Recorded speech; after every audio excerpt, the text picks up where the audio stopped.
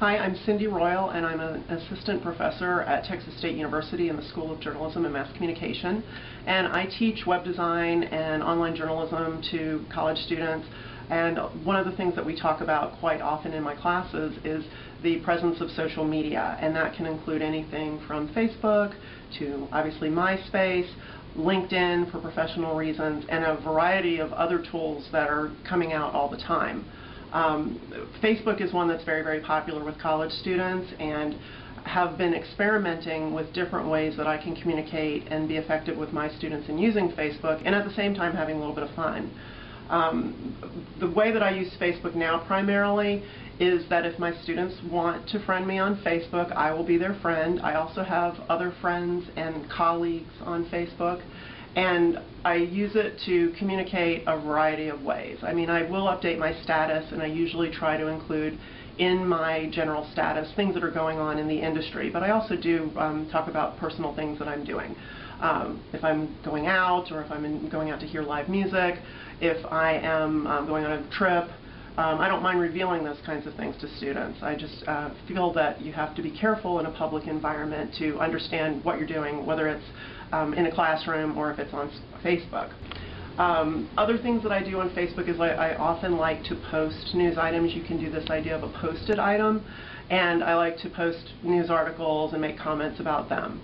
And then another thing that I found that I really didn't even realize that I'd be doing on Facebook is chatting with students, and I can get a very quick answer to them, whether it's about class, or what I find that they use it even more for is getting advice about internships or job interviews that they're about to have, or contacts that they can make to help them get jobs and internships. And so I've had really quick Facebook chats with students that have been really fun and helpful, and we can handle it very, very quickly, and then they can move on. And I usually get caught when I'm trying to do work, but then students will catch me and say, well, this is what's going on with me, or can you help me with this particular area? So I think the chat is also an important feature.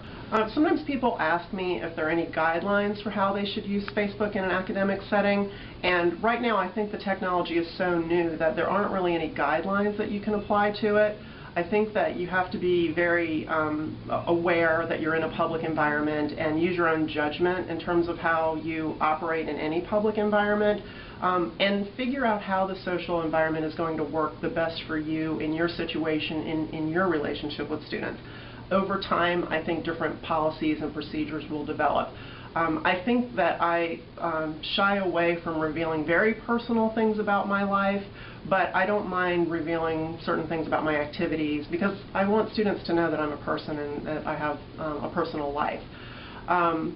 There are situations that I've made policies on the fly. For example, on LinkedIn, students can request, or really anybody on LinkedIn can request a recommendation from someone. And I decided right away that writing recommendations on a public space like LinkedIn could cause some conflicts or potentially some hurt feelings if the language and the wording were not consistent.